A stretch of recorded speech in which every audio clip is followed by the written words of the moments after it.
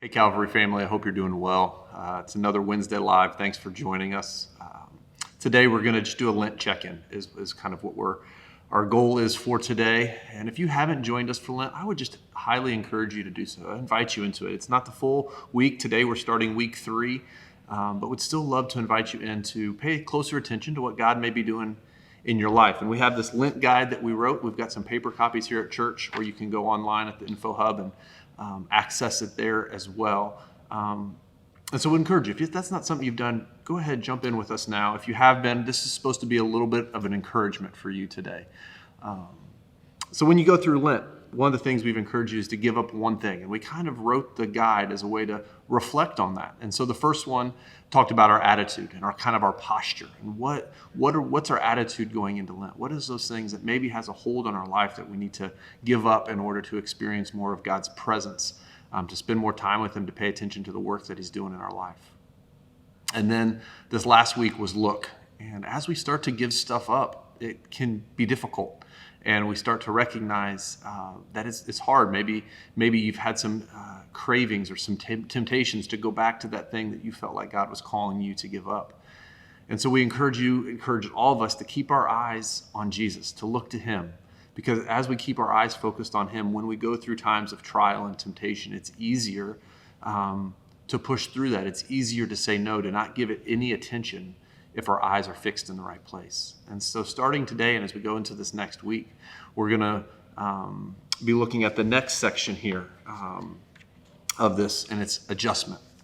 And this is the part when you're looking at adjustment and when you look at what it looks like when we're giving something up. Now is maybe where you've realized the thing that you've given up, maybe it didn't have a big as hold of you as you thought it did. Maybe it's been a little bit easier for you to give that up.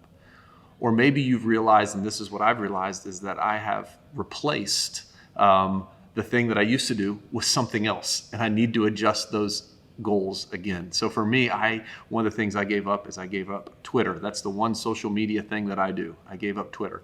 And so for me, that was a place where I would mindlessly just scroll. And I've given that up, but you know what I've replaced it with? YouTube Shorts.